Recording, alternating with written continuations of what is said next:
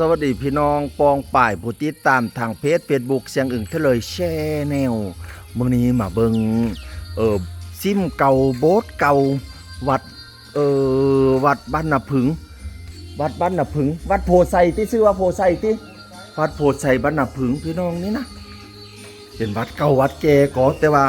ร่างข่าโบราณปฏิสังขรณ์ใหม่ตะกี้มันเป็นดินข้อเนาะดินข้อมันก็โหอันก็หังโอ้ยขออนุญาตบัดคำใส่เสียงเด้อขะน้อยผู้พังตามเวลการละเวลานี่นะเป็นพระพุทธรูปเก่าแก่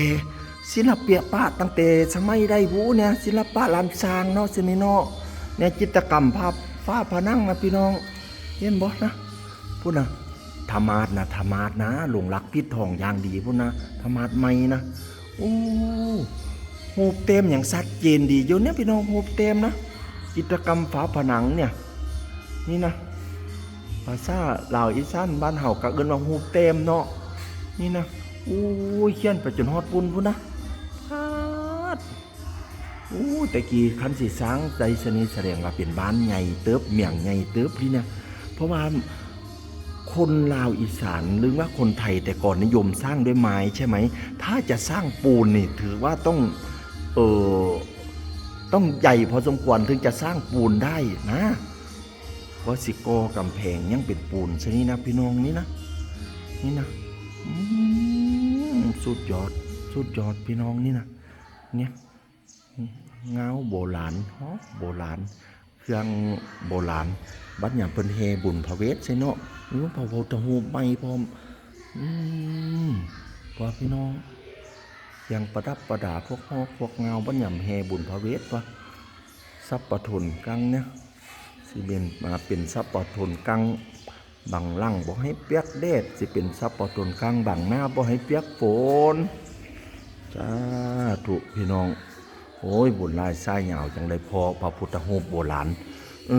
บางคนบอกว่าพระพุทธรูปเกิดหันหน้าไปหังเนี่ยว่าซั่นค่อยเคยได้ยินอีพอผู้เป็นเฝ้าวัดตะกี้เราบอกว่าเนื่องจากว่าตะกี้นะไทยเฮาขึ้นต่อหลวงพระบางว่าซั่นว่าพระพุทธรูปจึงหันหน้าไปทางเมียงหลวงพระบางว่าซั่นอันนี้คำเว้าผู้เฒ่าเด้อ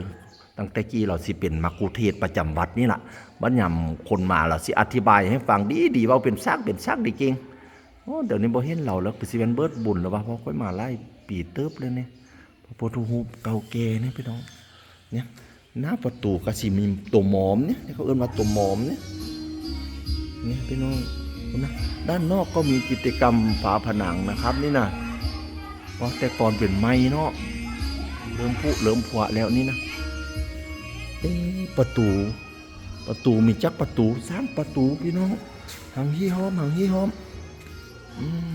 เนี่ยธรรมะในหลวงรักปิดทองพี่น้องคุณนะประตูนี้นะเนี่ยซิมโบราณนะจำแบบประกอบด้วยธาตุอยู่ข้างเนี่ยแต่เก่าเนี่ยมักมีธาตุกับซิมคู่กันนี่นะเนี่ยนะลูกโป่งแต่ละปองมาเที่ยวเบิ่งเด้อพี่น้องวัดโพไซบ้านนาผึงเด้อวัดเก่าวัดแก่